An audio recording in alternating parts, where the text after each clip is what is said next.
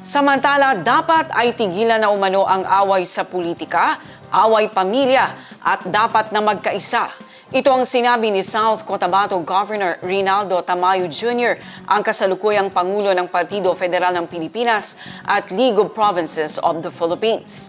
Napakahalaga ayon sa gobernador na matutukan at maibigay ang fundamental rights ng bawat Pinoy na makakamit lamang anya kung lahat ay nagkakaisa. Ang News Now sa report.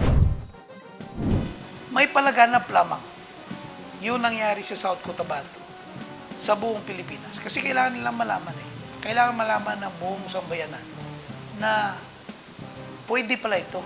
At hindi pala ito privilege ng isang mamamayan. Kundi karapatan pala ito talaga ng bawat mamamayang Pilipino na dapat na-avail natin. Karapatan dahil nababayad tayo ng buwis. Karapatan dahil pinagkakakitaan ng gobyerno natin kung ano man merong resources tayo dito na dapat itong karapatan na ito ay dapat darating sa bawat Pilipino meron tayo. Kaya't minsan ako, nasasabi ko, kung pwede, tigilan na natin yung away. Tigilan na natin yung away politika, away dito, away pamilya. Ang pinaka-importante ngayon, magkaisa tayo na dapat ma-avail na ng bawat Pilipino.